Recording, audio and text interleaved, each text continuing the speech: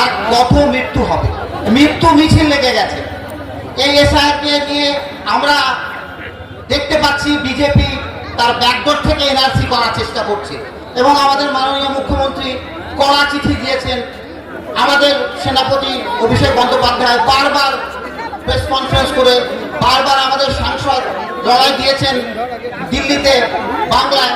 আমরা সবাই মিলে চলুন, যে যেখানে আছি, আমরা যারা এখানে এসছি, শুধু এটা নয় যে আপনারা এই কথা আমাদের শুনে বাড়ি চলে যাবেন। আপনারা কিন্তু দেখুন, মানুষকে বোঝান যে বিজেপির এই চক্রান্তটা আমরা সফল হতে দেবো না। যাই হোক, যতই চক্রান্ত করুক, আমাদের সামনে 2026 পাখির চোখ। আমরা 2026-এ আবার মাননীয় মুখ্যমন্ত্রীকে, আমাদের প্রিয় নেত্রীকে আবার ওই মসনদে বসাবো। আবার পশ্চিমবাংলার এই সিটে আবার আমাদের আরো বেশি সিটে জয়ী হবো আমরা, এবং তৃণমূল কংগ্রেস আরো বেশিভাবে জয়ী হবে। সবাই এসো, দিদি এক্ষুনি বক্তব্য দেবে। বেশিক্ষণ সভা নয়, আমাদের সভাটা সুন্দরভাবে করে তারপর তোমরা যেও। আগে